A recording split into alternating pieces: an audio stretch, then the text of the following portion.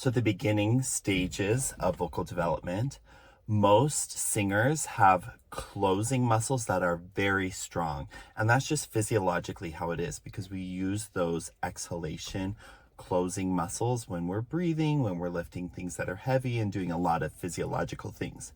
So the closing muscles are really strong, but then the opening muscles are weaker because we don't use them as often, and we especially aren't physiologically trained to use the opening muscles when we're exhaling, because these are the inhalation muscles.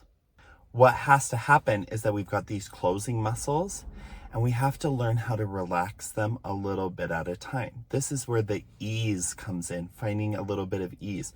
But the issue is that we're also building the opening muscles.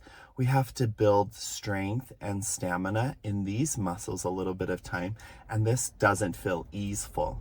So a lot of times what happens if we tell people, especially young students that are learning how to sing, if we just say, relax, relax, relax, it's really easy to relax the opening muscles.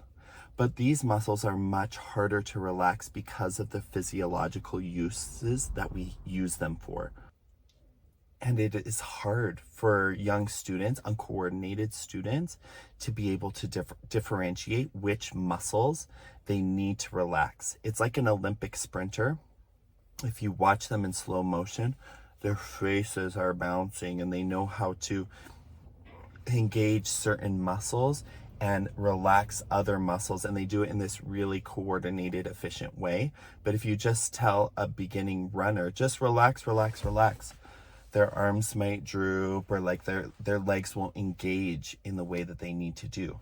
So yes, we've got our opening muscles that are weak and our closing muscles that are strong. And over time, we kind of build like this. And this process, in some ways, it feels easeful, but in some ways it feels very strong and muscular. And then once you get to this kind of certain point where all of a sudden the opening muscles get stronger, then you really start focusing on the easefulness of singing. And it is so important to sing easefully. We don't want it to sound over muscular, to sound difficult, to sound pushy or hard. But when you're learning how to sing, sometimes it feels really strong. It feels very effortful.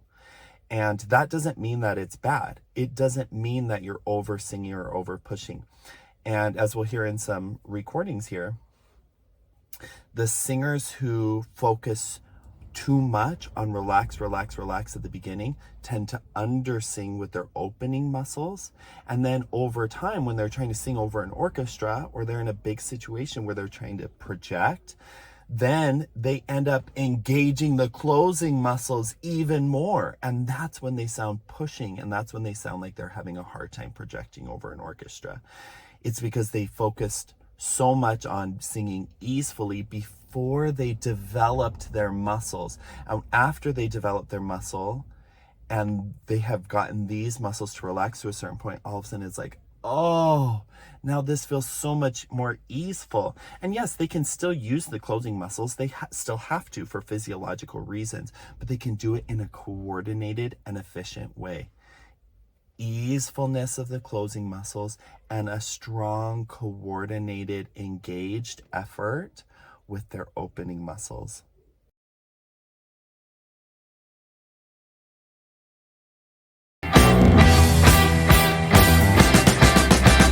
London calling through the faraway town.